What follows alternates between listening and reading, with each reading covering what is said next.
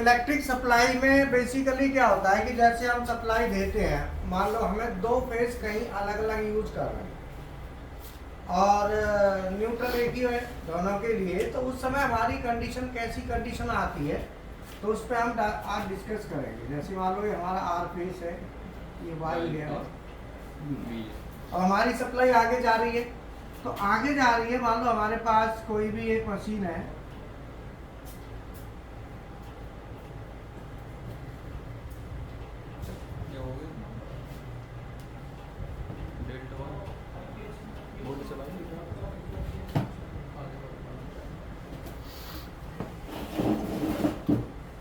ये मान लो हमारी मशीन 1 है, ठीक है, और जिसमें हमारा यहाँ पे आर फेस आ गया, यहाँ वाई आ गया और यहाँ बी आ गया।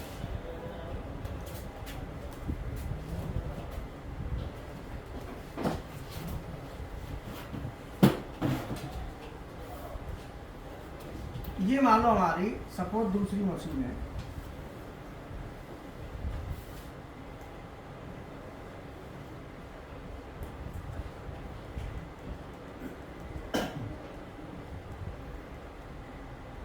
और ये मान लो हमारा न्यूट्रल है।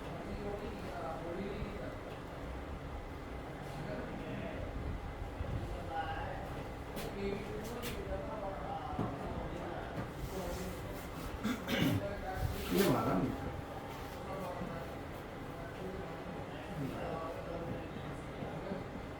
ठीक है। अब हमारे तीन फेस हो रहे हैं, आर वाई बी, और इधर भी हमारा आर वाई और बी, तीन फेस आ रहे हैं। अब सपोज मान लो न्यूट्रल बाइडा में फेल हो जाए, जैसे घरों में न्यूट्रल होता है ना, घरों की वायरिंग में भी होता है, मशीनों में भी होता है, कहीं भी अगर हमारा न्यूट्रल वायर ब्रेक हो तो क्या होगा? न्यूट्रल वायर ब्रेक होने पर क्या होगा? अगर न्यूट्रल ब्रेक हो जाए थ्री फेज सप्लाई में, किसमें? हाँ, तो अगर हमारी सप्लाई थ्री फेज है,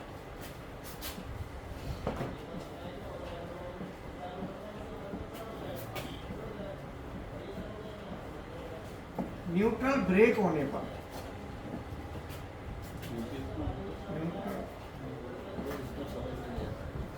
टूटने पर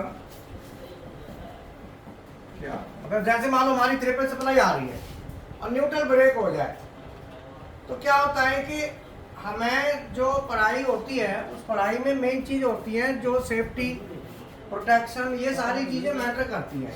तो जैसे हमारी ये थ्री फेज सप्लाई आ रही है, न्यूट्रल आ रहा है, अब न्यूट्रल बाई द वे यहाँ से ब्रेक हो जाए, न्यूट्रल टूट जाए तो क्या होगा?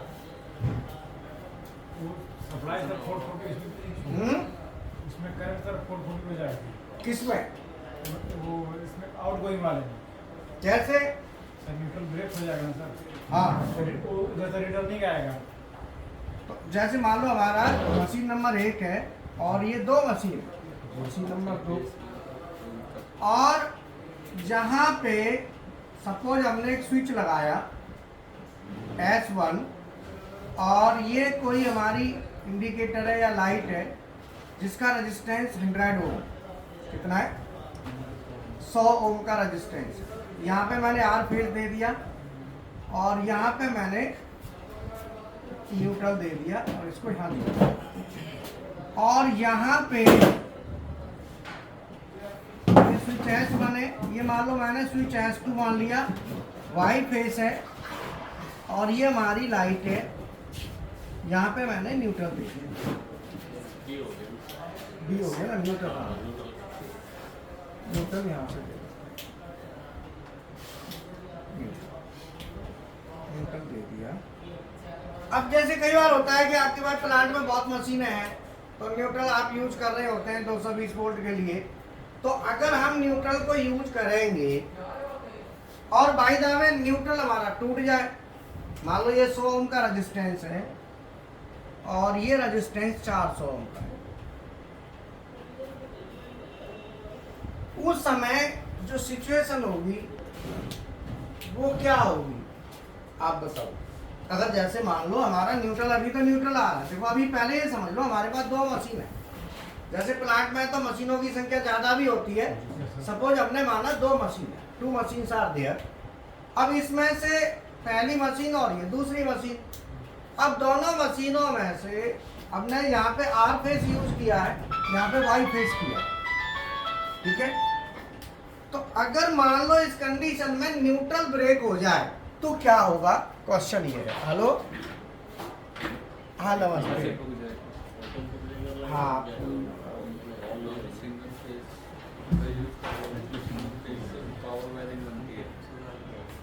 हाँ करवा दो। हाँ जी, इनमें सर मशीन में दोनों मशीनों में अलग अलग वोल्टेज पहुंचेगी। दोनों मशीनों में अलग अलग, जैसे कि इसमें 100 ओम का रेजिस्टेंस लगा, इसमें 400 का, तो इसमें दोनों में डिफरेंस रहेगा वोल्टेज। हाँ, आप आगे सर, ठीक है, आप बताओ।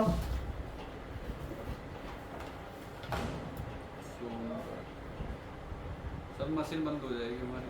मशीन, आप बताओ। मशीन वो लाइट्स ऑफ हो जाएगा और सब न्यूट्रल ही नहीं मिल रहा है ना, फिर फेज मिल के तो कुछ आप, ठीक है, आप बताओ। सर जी सिंगल फेज वाले पूछ रहे हैं ना, जैसे वो न्यूट्रल वीक होने पे सिंगल फेज को दोनों जगह शो करेगा सर, अगर 3 फेज करे तो नो आइडिया सर। ठीक है, आप बताओ। है क्या ये ऐसा है कि जैसे आपके पास प्लांट में मशीनरी है या आपका घर है, तो घर में कई बार देखा होगा आपने 3 फेस ले लिए, 3 फ्लोर को दे दिए। अब बीच न्यूट्रल तो है, हाँ बनवा ले, न्यूट्रल तो सेम ही है ना सब में, हीरा न्यूट्रल तो सेम है। अब मान लो न्यूट्रल टूट गया, तो दोनों के फेस बंद हो, लाइट तो दोनों की बंद हो जाएगी ना। अगर न्यूट्रल टूट जाता है तो क्या होगा,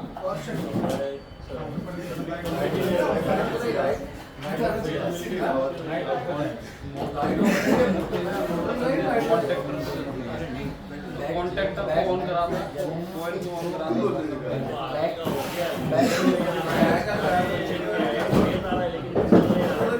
कंडीशन क्या होता है?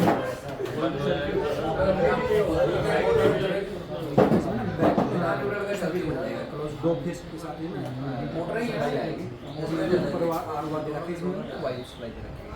ये वाई सप्लाई इसमें न्यूट्रल में जाके दूसरे में जाएगी ना, तो इसका जो रेजिस्टेंस दे रखे हैं उसके हिसाब से लाइट होगी तो बंद टू फेज हो जाएगा। टू फेज का रेजिस्टेंस के हिसाब से अलग अलग वोल्टेज शो करेगी। सिंगल फेज में रहेगा ना, मतलब उसमें भी आर देते हैं, इसमें भी आर देते हैं, तो फिर वो न्यूट्रल ब्रेक होने का काम आता है। लेकिन कंडीशन क्या है, उसमें आर दे रखा है, इसमें वाई दे रखा है। अलग अलग वोल्टेज है। रेजिस्टेंस के अकॉर्डिंग वोल्टेज होती है।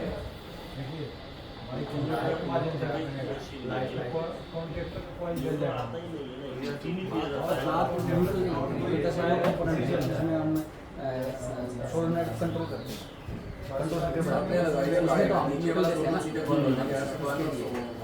मोटर के लिए 3 फेज है, लेकिन हम जो कंट्रोल सर्किट बनाएंगे कॉन्टैक्टर को कंट्रोल करने के लिए उसमें हाँ जब तक बनाते हैं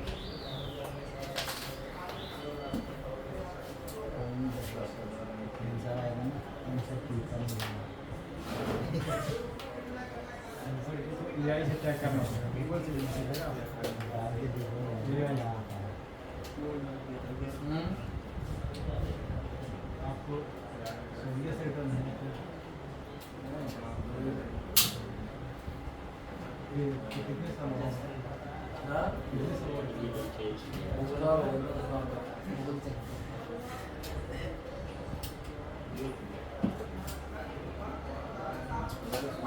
नीचे वाली बंद हो जाएगी, बल्ब सा लगा वो कुछ नहीं होगा, बाकी जाता है मोटरें करो बंद हो गई।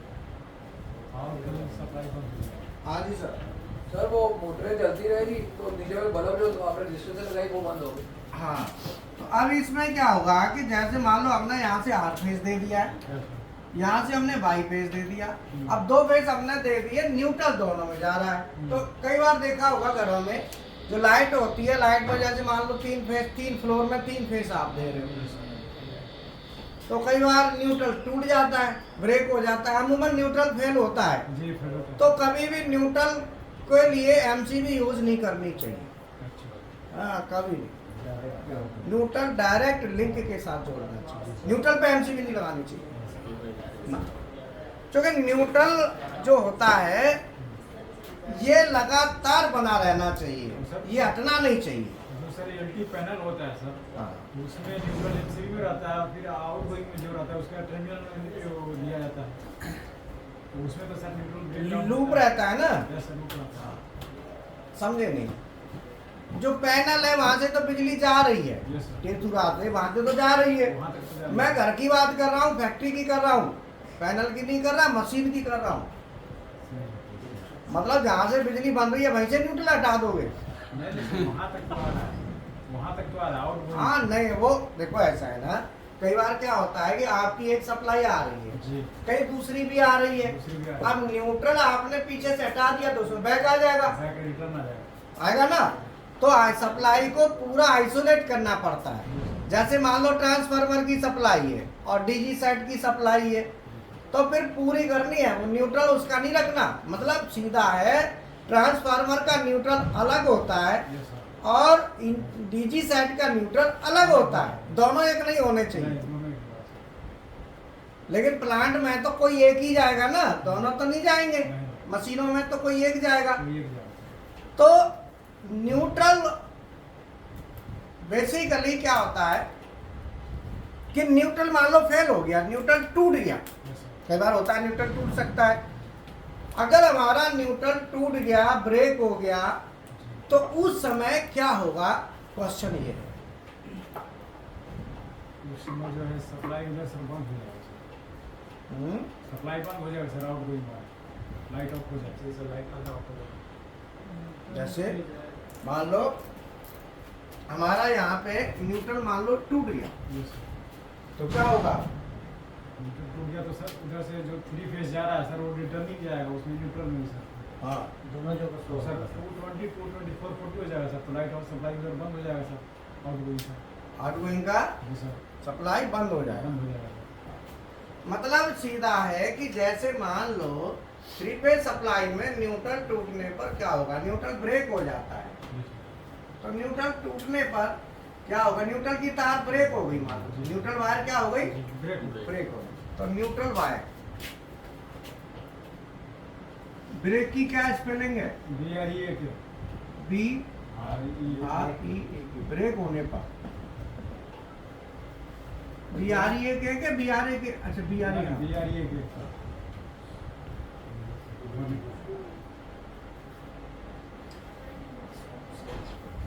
न्यूट्रल वायर आपकी ब्रेक हो जाए इधर से पूरे दोनों फेस शॉर्ट हो गए। तो उस समय क्या होगा, दोनों फेज आपस में शॉर्ट हो जाता है। भिड़ जाएंगे।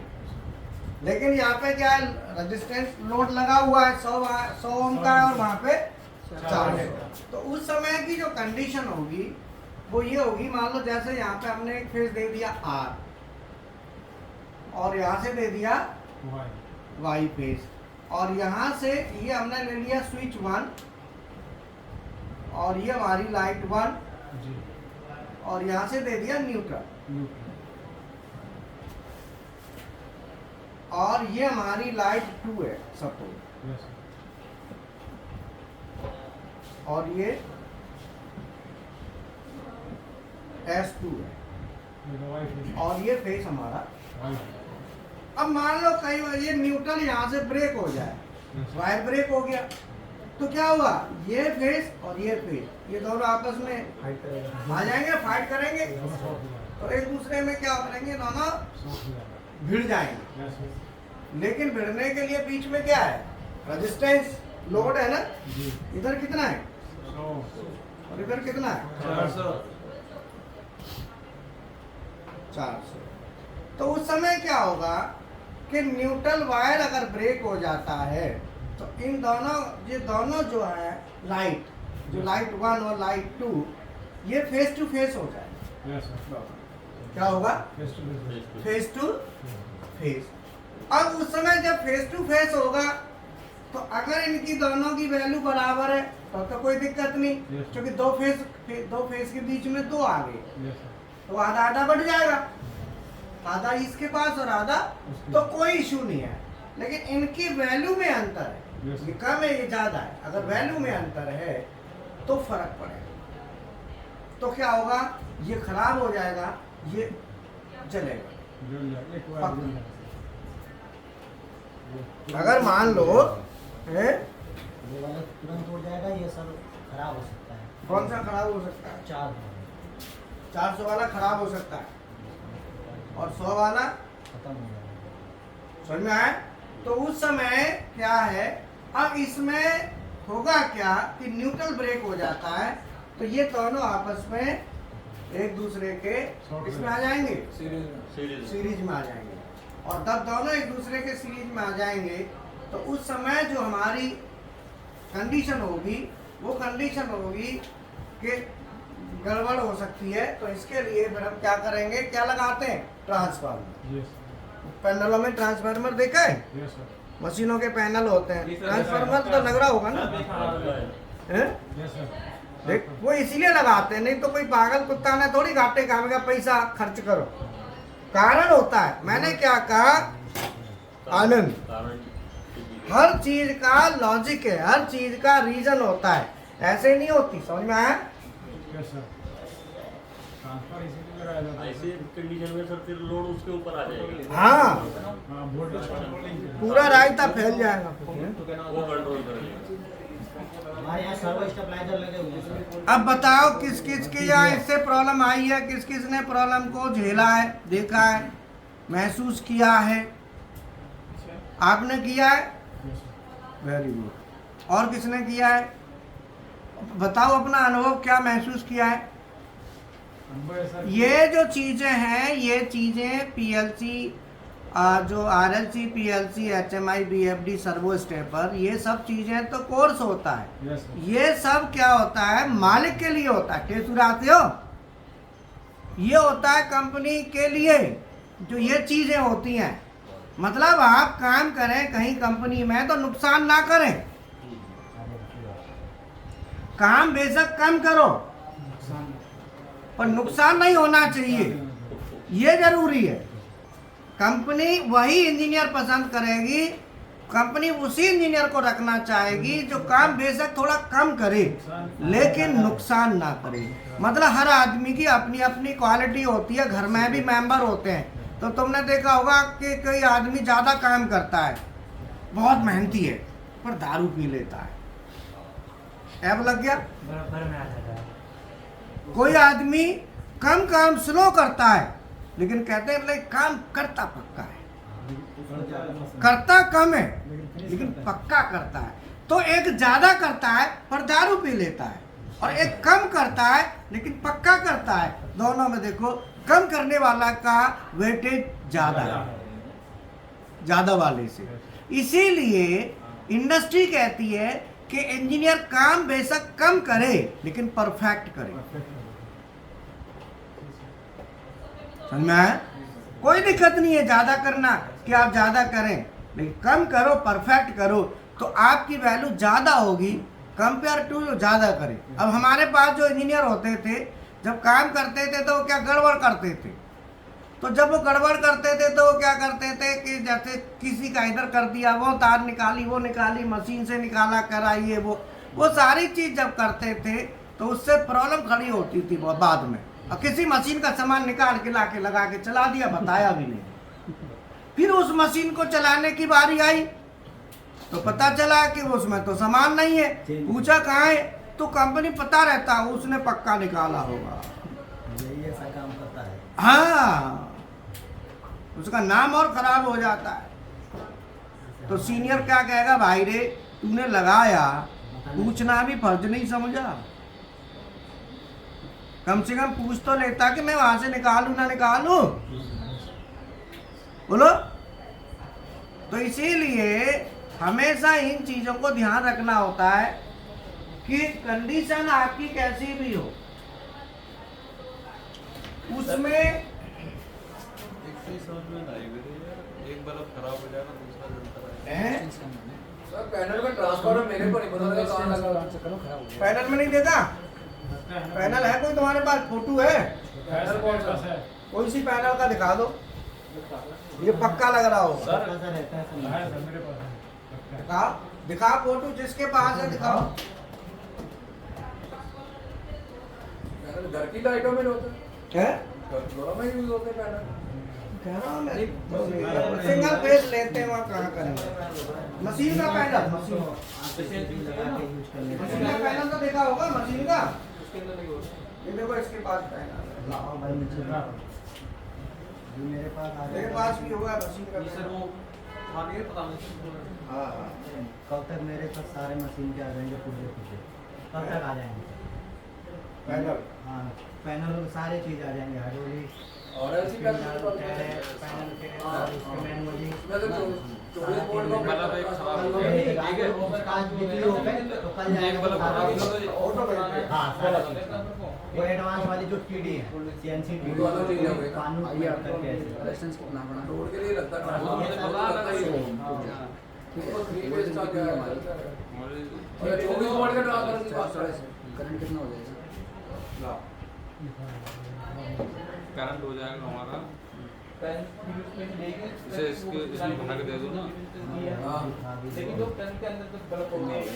अब ये मान लो जैसे ठीक है सेम उसमें यहाँ पे क्या होगा कि अगर 3 फेज सप्लाई में या फेस टू फेस में 2 फेज हो गया 2 फेज सप्लाई है ये कितने फेज है 3 फेज ले लो या 2 फेज ले लो 2 फेज सप्लाई में न्यूट्रल वायर ब्रेक होगा तो क्या होगा उस समय जो हमारे लोड लगे हुए हैं उसमें से एक लोड जो है ना आपका खत्म हो जाएगा। अब कौन सा होगा क्वेश्चन ये है जिसका रेजिस्टेंस इसकी क्षमता कम हो गया रेजिस्टेंस कम हो गया। रेजिस्टेंस जिसका कम होगा वो खराब हो जाएगा। हम 4 रोटी खाते हैं अगर 10 रोटी हैं? मिले- जैसे हम 4 रोटी खाते हैं और 10 रोटी मिले तो बीमार हो जाएंगे उसी तरह वैसे ही है सर इसकी क्षमता कम होता है अगर रेजिस्टेंस कम होगा वोल्टेज ज़्यादा होगी उसमें हाँ तो वोल्टेज ज़्यादा होने के कारण वो खत्म हो जाएगा। हाँ मतलब सीधा है कि जिसका रेजिस्टेंस वैल्यू कम होगी वो वाला जो है ना जाएगा। ठीक है तो हम इसको कैलकुलेट करेंगे। अभी ये तो साफ।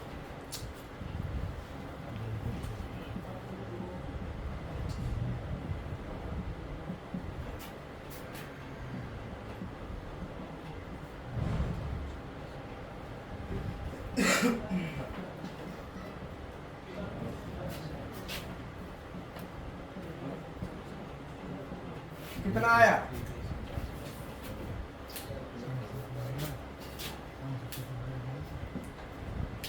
8.3 है ना 0.9 होगा सर में आएगा 0.83 हाँ ठीक है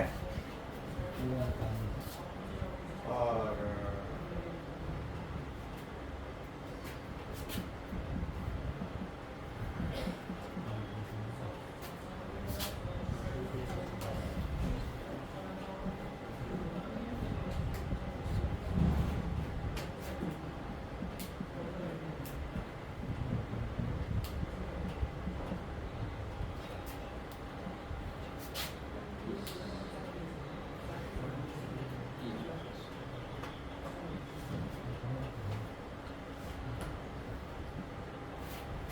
ठीक है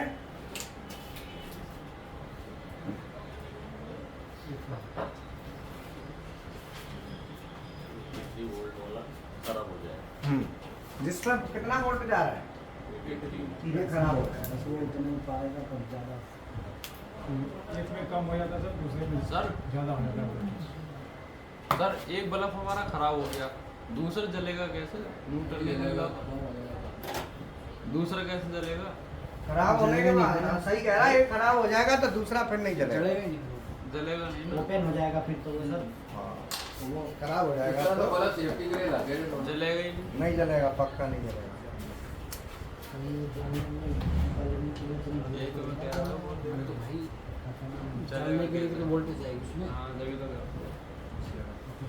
उनको दिखाओ ये कह रहा हूँ ये जलेगा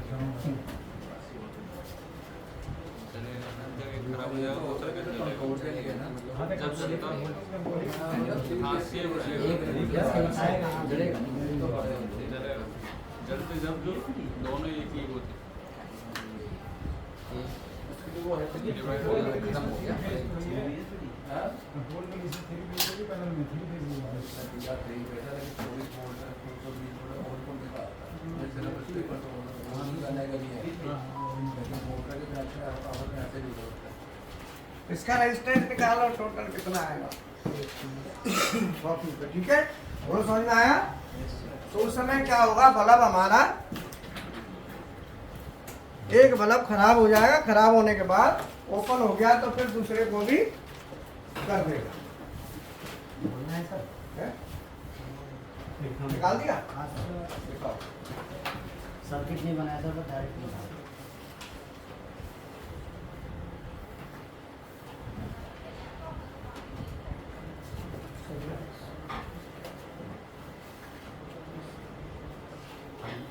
सर पूरा विद्युत लगाम क्या सर? हमारी क्वालिफिकेशन क्या है? 10+2 ITI सर इलेक्ट्रिशियन। देख लो ITI और डिप्लोमा बीटेक वाले निकालो, डिप्लोमा बीटेक वाले भी निकालो, नहीं तो तुम्हारी बेइज्जती हो जाएगी।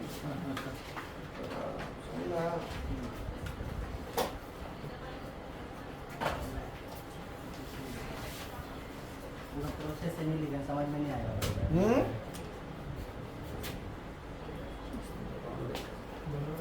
काय का?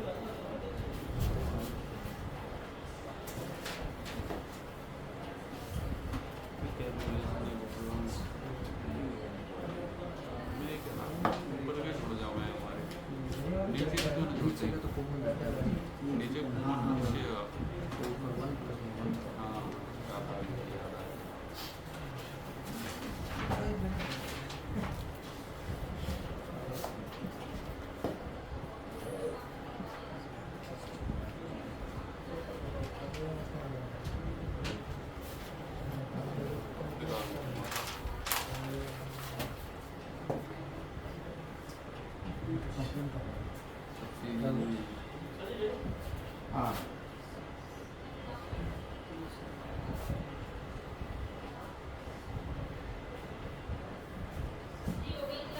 24 वोल्ट सप्लाई हम दे रहे हैं। 30 ओम के रेजिस्टेंस में करंट की वैल्यू कितनी होगी?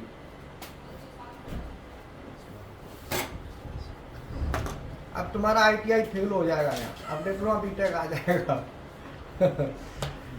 समझ में आया? ITI का एक लेवल होता है, वहां तक चलता है, उसके बाद नहीं। जो रूल्स रेगुलेशंस चलते हैं ना, फिर वहां नहीं ITI चलता। तुम्हें तो ये बुराई।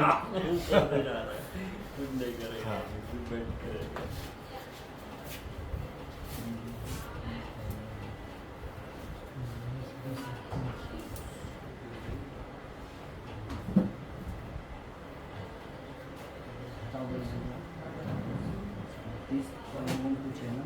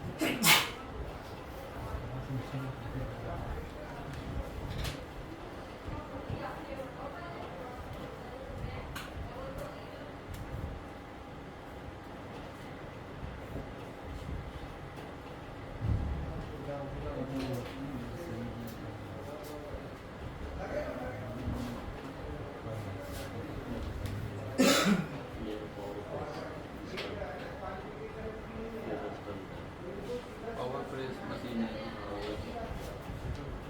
ये तो हमारे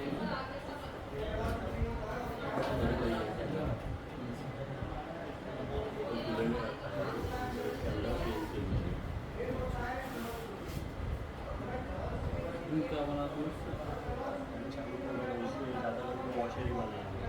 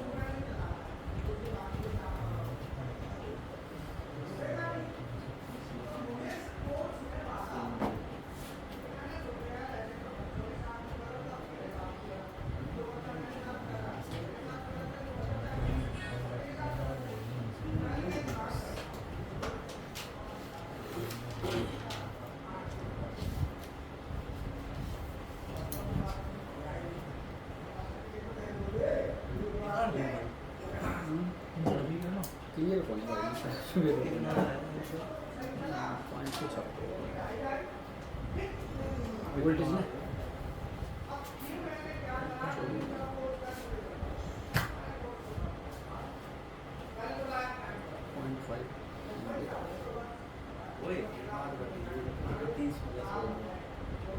रेजिस्टेंस निकालना रेजिस्टेंस देखना है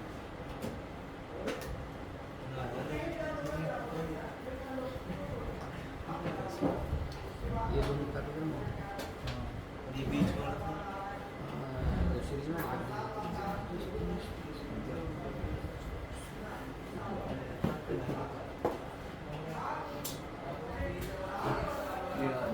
ये दोनों सीरीज में होंगे ये दोनों आपस में कर रहे हैं ये दोनों अंतर कर दिए सीरीज में देते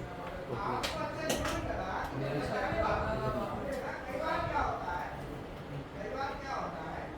क्वेश्चन क्या पूछा क्वेश्चन क्या पूछा रेजिस्टेंस का टोटल रेजिस्टेंस है ना ये बोल रहे ना 30 ओम के लिए कितना करंट जाएगा 30 ओम के लिए कितना करंट फ्लो होएगा ये क्वेश्चन हम लोग पूरे रेजिस्टेंस निकाल देगा इस पर तो निकल जाएगा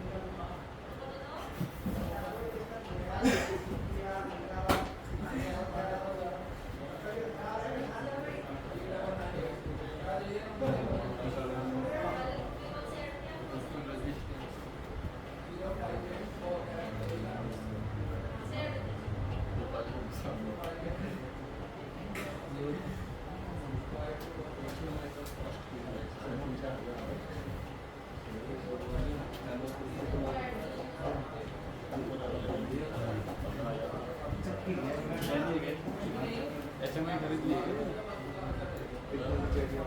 प्रैक्टिकल करने के लिए मार्केट में किसी के पास रहेगा तुम आते हो ना तो 2 घंटा बच्चे कितने बैठे हो बैठे रहने दो रेजिस्टेंस निकालने पर वोल्टेज भी निकालना उनको क्या देना है ना वो 100% कॉल करते शायद ना कर देता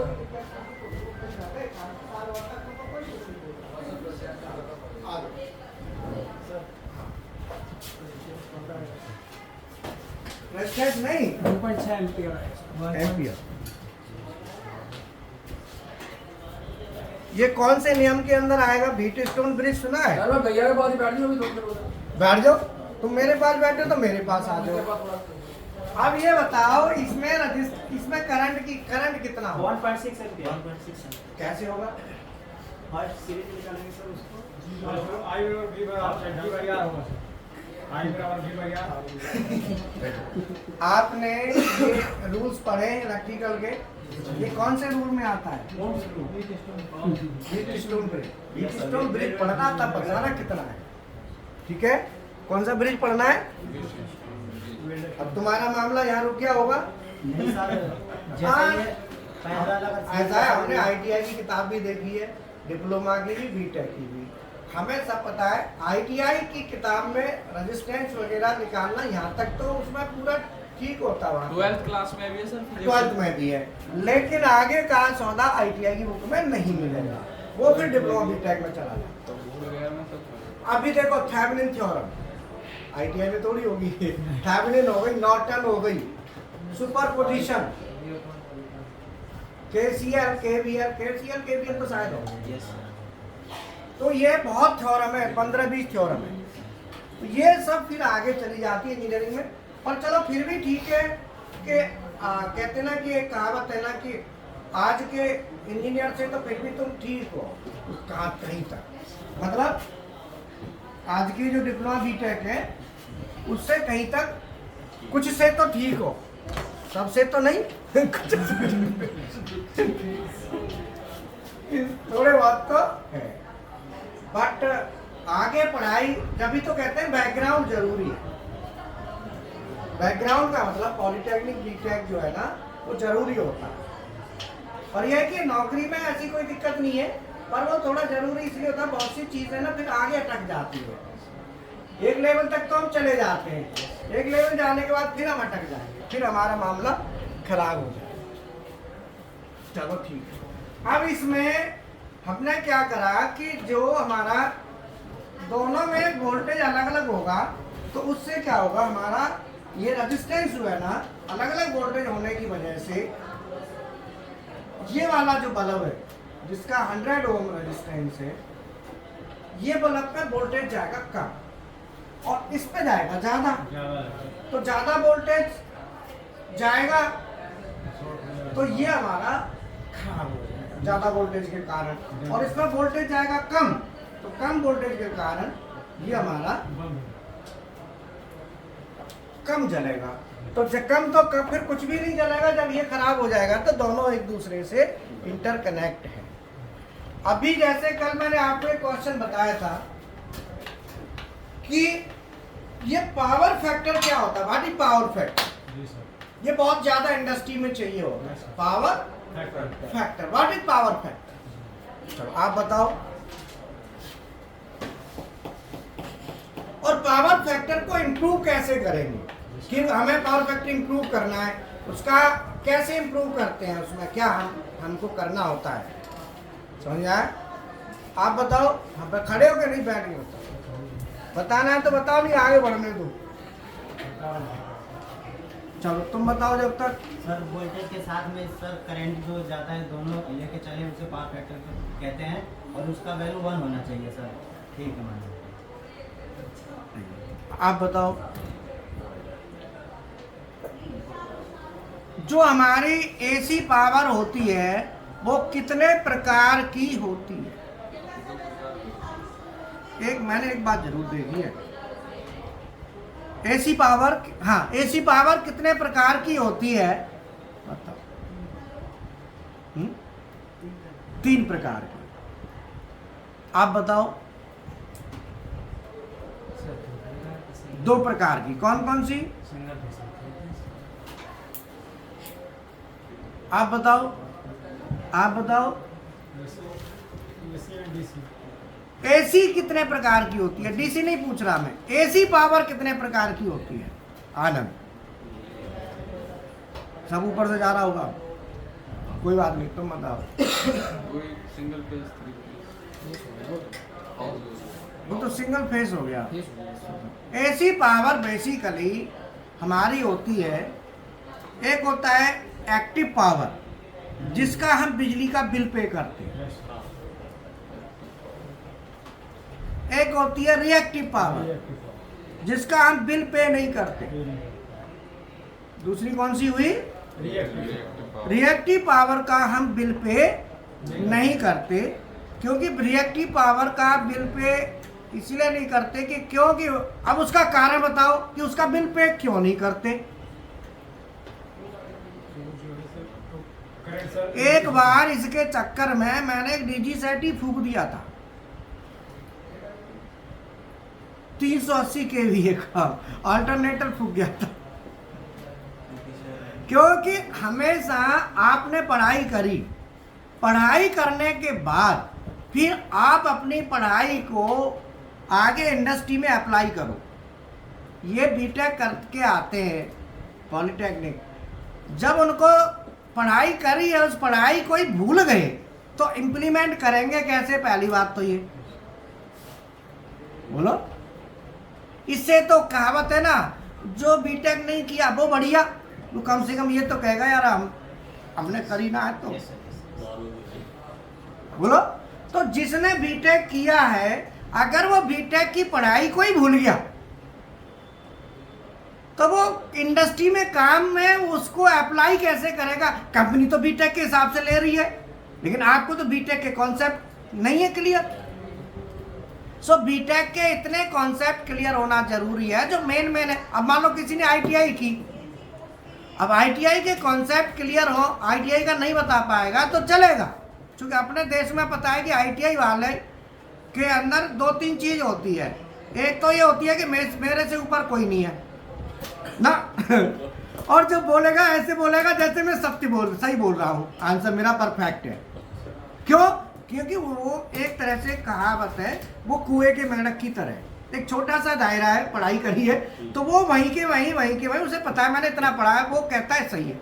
लेकिन जैसे ही बच्चा पॉलिटेक्निक में जाता है तो वो नदी तालाब की तरह हो जाता है, मेंढक की तरह। वो कहता है यार काफ़ी बड़ा ये दायरा है, क्योंकि किताबें कहाँ आईटीआई में 1 या 2 किताब, वही पॉलिटेक्निक में जाओगे तो एक सेमेस्टर में 5-6 किताब हो जाती हैं साहब। क्या होती हैं? 6 और सेमेस्टर कितने हो गए? 6 36, मतलब फिर 30 मान लो, 25 मान लो, कहाँ 1-2 कहाँ 25। और जो आदमी 25 किताब पढ़ेगा तो कंपनी भी उसको पे ज़्यादा करती है ना, वो इसलिए करती है कि ज़्यादा नॉलेजेबल है। लेकिन 25 किताब पढ़ के 0 हो तो वो तो बेकार है, कंपनी कितने दिन उसको पेमेंट देगी। तीसरा बीटेक होता है समुद्र का मेंढक, अर्थात वो समझ जाता है कोई था नहीं है, सिलेबस इतना हो जाता है, वाइड हो जाता है, उसे वो समझ जाता है कि इसको जितना कर लो उतना है, बाकी इसकी कोई लिमिट नहीं है, लिमिटलेस है।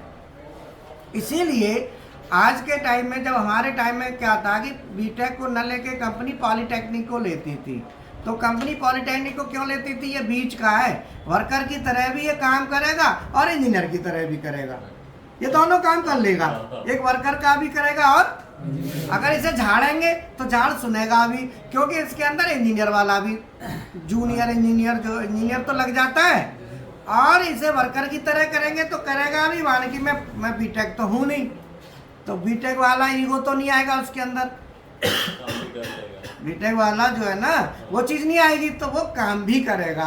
तो जापानी जितनी कंपनी आई थी उस टाइम पे, तो जापान की जितनी भी कंपनियां थी सबने फिर पॉलिटेक्निक वालों को ज़्यादा इम्पोर्टेंस दी थी, समझ में आया? क्योंकि वो वर्कर की तरह भी कर सकता है और वो इंजीनियर भी करता है, दोनों चीज़ है, तो इसीलिए उसे दिक्कत नहीं होती। तो इसीलिए क्या है कि जो दायरा हमारा होता है, पावर जो हमारी ऐसी पावर होती है वो बेसिकली एक्टिव पावर और रिएक्टिव, इन दोनों से मिलके बनती है, उसे कहते हैं एपरेंट पावर। कौन सी? एपरेंट पावर जिसे कहते हैं। तो जो एपरेंट पावर होती है वो केवीए में होती है, ठीक है, और जो एक्टिव होती है वो केडब्ल्यूएच में होती है, केडब्ल्यू में। और तीसरा रिएक्टिव है वो KVAR में होती है। अब KVAR में भी दो होती हैं, लैगिंग और लीडिंग, लैगिंग और लीडिंग। तो हमारा जो पावर फैक्टर होता है वो basically active power, active component जो होता है वो और एपरेंट माने टोटल, उसके बीच का कोसाइन होता है, एंगल ऑफ कोसाइन। जैसे कॉस होता है ना, पावर फैक्टर क्या है, कॉस थीटा। तो कॉस थीटा जो होता है, तो जैसे मान लो ये कॉस थीटा है, ये लाइन है, अब इस लाइन में ये हमें निकालना है, ये थीटा है, तो इसका कॉस थीटा निकालेंगे। ये मान लो IE है और ये IM है, तो कॉस थीटा बराबर क्या होता है, आधार बटे कर्ण। तो आधार क्या है IE और कर्ण ये हुआ, ये मान लो I है, तो IE बटे I।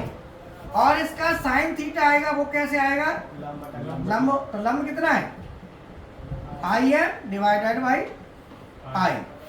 तो इसका कॉस और साइन ऐसे निकलता है। तो जो पावर फैक्टर बेसिकली होता है, पावर फैक्टर क्या है, the angle between, angle the cosine of angle, cosine माने कॉस एंगल का, cosine of angle between apparent component and active component, इन दोनों के बीच का जो कंपोनेंट, जो एंगल होता है उसका कोसाइन निकालते हैं, कॉस थीटा। अगर ये कॉस थीटा का मान 0 हो जाए, कॉस 0 हो जाए, थीटा का मान 0 हो जाए, थीटा बराबर 0, तो कॉस 0 का मान कितना हो गया, 1। इसका मतलब पावर फैक्टर 1। कब, जब आपका ये वाला कंपोनेंट क्या हो जाए, ये जब ये रहेगा खाली, तो ये चीज यहाँ पहुंच जाएगी, तो उस समय क्या होगा, हमारा 5 0 हो जाएगा। तो cos 0 का मान कितना होता है, 1, इसलिए कहते हैं पावर फैक्टर 1। तो मेरे साथ एक बार क्या हुआ, जब मैं काम कर रहा था तो पावर फैक्टर देख के जो करंट के कंपोनेंट थे ना, अलग अलग 2 कंपोनेंट हो गए, एक रिएक्टिव और एक्टिव। तो मैंने कहा यार और DG साइड पे मैं काम करता हूँ, कंपोनेंट को कम कर देता हूँ, करंट को कम कर दिया। मान लो करंट आ रही थी 250-300 एम्पियर, मैंने कम करके 150 पे ले आया। तो मैंने कहा बहुत फायदा कर दिया कंपनी का भाई, 250 से 150 पे आ गई करंट। तो 250 से जब करंट मैंने 150 पे ला दी, तो उस समय क्या है कि मैं खुश हुआ बहुत, और कंपनी में भी कह दिया बहुत फायदा कर दिया। पावर फैक्टर से उसका माइनस कम हो जाएगा। अब क्या हुआ, जो कंपोनेंट कम था, कम कौन सा हो सकता है, जो लैगिंग वाला है, कैपेसिटर लगा दिए, वो कम हो गया, 0 कर दिया लगभग। अब क्या है कि प्लांट, रात में प्लांट चलता नहीं था, तो अभी जब क्या कभी कभी की कंडीशन जब ज़्यादा ही कर दिया, तो कभी कभी वो लीडिंग में जाने लगा, कैपेसिटर लीडिंग में। मान लो कैपेसिटर ही कैपेसिटर है, लोड हट गया, लंच हुआ, तो लंच में क्या होगा, लोड तो है नहीं, तो कैपेसिटर होंगे, तो लीडिंग चला गया। लीडिंग क्या, जो लीडिंग करंट होती है वो अल्टरनेटर को इफेक्ट करती है, उसने अल्टरनेटर फूंक दिया। अब फूक गया, तो कहते ना फूक गया, तो मैंने, अब देखो कई बार आदमी सोचेगा यार फूक गया, नेचुरल फूका होगा, बाइंडिंग चल गई। हमने कहा यार, लेकिन हमने कुछ कारनामे करे थे, तो आदमी सोचता भी है यार हो सकता है हमारी वजह से ही गया हो। बोलो भाई, हो सकता है कि हमारी वजह से हुआ हो। तो मैंने दिमाग लगाया, में हो सकता है कुछ हुआ है। फिर मैंने स्टडी करी दोबारा, क्योंकि जो प्रैक्टिकल है वो थ्योरी से आता है, तो प्रैक्टिकल से थ्योरी है, तो जो कर करके प्रैक्टिकल थ्योरी बना गए, अब आप उसे पढ़ते हो तो उससे तुम प्रैक्टिकल करो। बोलो, अब न्यूटन्स लॉ है, मान लो आम गिर रहा है ऊपर से, क्या सेब गिराता, क्या गिराता, जब ये नहीं बनाया सेब गिराता। तो अपने देश में सेब गिरेगा, गिर रहा होगा तो कोई कहेगा देख गिर रहा है, कह रहा गिरंदतियों का जा रहा है। बोलो, मतलब आंसर उसका ऐसा रहेगा जो सामने वाला चुप पड़ जाए, तो कहो गिरंदतियों का जा रहा है। तो हमारे यहाँ क्या है कि ज्यादातर दिमाग पे जोर कम देते हैं, कई तो जो कहेंगे दिमाग पे ज्यादा मत दे, बस जाए वो। बोलो, क्योंकि जोर ज्यादा देंगे तो फैलने आ जाए, इतनी ज्यादा को कहा होगा, फिर अड़ोसी पड़ोसी खाएंगे जाए, तो हमारे कम दिमाग लगाओ। बोलो, बात समझ में आई। तो क्या है कि इंजन जो है ना हो गया, अब ज़्यादा एम्पियर दे दिया, ज़्यादा वो एम्पियर मैंने कर दिया, मैंने वापस करके कर दिया, मैं समझ गया मैंने कि इसमें गड़बड़ क्या हुई, तो उसमें क्या हुई, लीडिंग में चला गया। लीडिंग में जाने से अल्टरनेटर लैगिंग होता है, तो वाइंडिंग फूक गई उसकी। मैंने कहा यार, फिर मैंने ना यहाँ पे एक स्वयं पावर है उससे मैं वहाँ से कंपनी छोड़ के आया, दूसरी कंपनी ज्वाइन की, पर दिमाग में तो वही कीड़ा घूम रहा था, ये जला क्यों। मेरे दिमाग में एक बात और आई, जहाँ 250 एम्पियर को मैंने 150 कर दिया, 100 एम्पियर का फायदा कर दिया, कम कर दिया, तो मैंने कहा बिजली की कंजप्शन भी कम हो गई होगी। मैंने कंपनी में बोल दिया कि भाई देखो 100 एम्पियर कम हो गया ना, तो फ्यूल कंजप्शन कम हो गई, तेल का कंजप्शन घटेगा कि नहीं, एम्पियर रिड्यूस किया। फिर मैंने यहाँ पे और जो इंजीनियर होते हैं, एक्सपर्ट होते हैं, उनसे बात करी। मैं एक दिन ऐसी बात कर रहा था, मैंने कहा कैपेसिटर इस पे लगाते हैं, डीजी सेट पे कैपेसिटर लगा नहीं सकते, दिक्कत होती है, अल्टरनेटर फूक जाता है। तो मैंने कहा लेकिन उससे एम्पियर कम होता है तो कंजप्शन तो कम हो जाएगी। बोला नहीं होगी। बोले क्यों? कि आप जिस कंपोनेंट, जो मतलब बिजली बोर्ड कोई पागल था जो बिल नहीं देता है तुमको। बिजली बोर्ड काय का बिल देता है? जिसका असर वहां उसकी टरबाइन पे पड़ता है, IE कंपोनेंट, एक्टिव कंपोनेंट का। बोला ये रिएक्टिव कंपोनेंट है, इसका फ्यूल पे कोई कंजप्शन पे फर्क नहीं पड़ता, टरबाइन पे लोडिंग का नहीं पड़ेगा, ये तो केवल तार के लिए होता है, वायर का साइज बढ़ता है इससे खाली, बाकी कुछ नहीं होता। समझ में आया? तब मेरे दिमाग में आई, अरे यार मैंने कि मैं तो गलत फहमी में हो गया था इसका मतलब। तो हम क्या कहते हैं कि हर चीज का क्यों जानो और क्यों के पीछे लगे रहो। एक क्यों का आंसर आपको हो सकता है एक दिन में मिल जाए, किसी क्यों का आंसर हो सकता है आपको 10 साल में मिले। पीछा मत छोड़ो, तब आपका कॉन्फिडेंस बिल्डअप होता है, तब आप किसी के सामने बोलोगे तो सामने वाला आपको मानेगा कि हाँ भाई है। क्यों जी? बोलो, बात समझ में आई?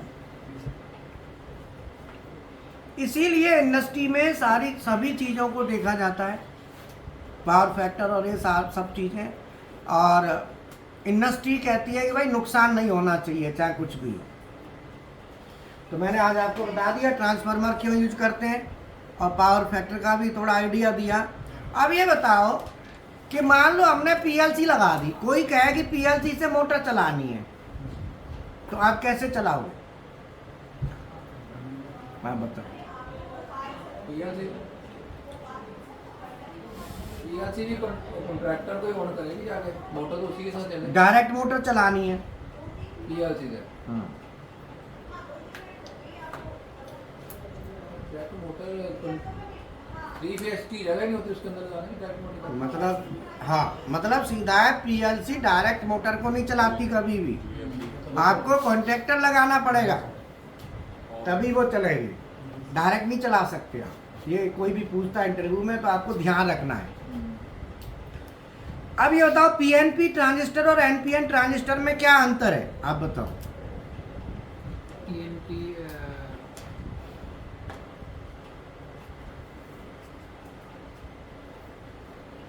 PNP सर हमारा सोर्स टाइप है और NPN हमारा सिंक टाइप है। क्या मतलब हुआ इसका? सोर्स टाइप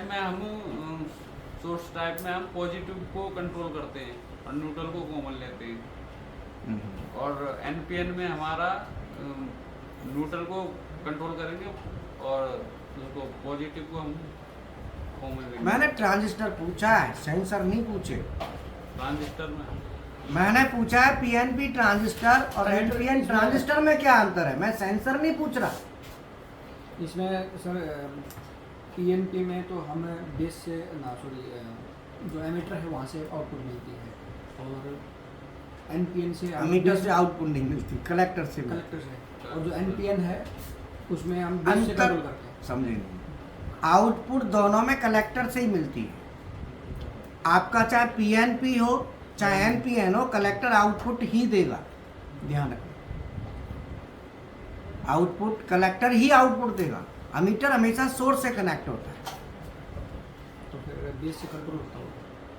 अंतर दोनों में क्या है कि जो PNP होता है उसका जो मेजॉरिटी चार्ज कैरियर होते हैं वो होल्स होते हैं, और NPN में मेजॉरिटी चार्ज कैरियर होते हैं, इलेक्ट्रॉन्स होते हैं। और जब इलेक्ट्रॉन्स अब इलेक्ट्रॉन और होल में क्या होता है कि इलेक्ट्रॉन की स्पीड ज़्यादा होती है दौड़ने की, होल्स की कम होती है थोड़ी, क्योंकि इलेक्ट्रॉन क्या है, direct majority charge carrier electron है, तो वो तेज़ी से जा रहा है। अब इलेक्ट्रॉन पीएनपी में क्या होल होते हैं, तो होल क्या है कि इलेक्ट्रॉन हटेगा तो होल बनेगा, तब वो चलेगा। तो इसीलिए पीएनपी की जो स्पीड है वो कम होती है, एनपीएन की स्पीड ज़्यादा होती है। तो इसीलिए आपने इंडस्ट्री में ज़्यादातर देखा होगा एनपीएन यूज होता है, पीएनपी बहुत कम मिलेगा। लेकिन ज़्यादातर अगर आपका एप्लीकेशन स्पीड की बात आती है तो एनपीएन, और नॉर्मल में पीएनपी। चूँकि पीएनपी में सबसे बड़ा फायदा क्या है कि ये 24 दे देगा आपको, तो वो ज़्यादा सही रहता है थोड़ा सा। तो नॉर्मल कंडीशन में पीएनपी ले लेते हैं, और जहाँ पे ज़्यादा स्पीड चाहिए वहाँ पे एनपीएन। चलो ठीक है। तो इसीलिए आप लोग जो है ना थ्योरी प्रैक्टिकल दोनों को बराबर करिए, जिससे कहीं दिक्कत ना आए। समझ में आया?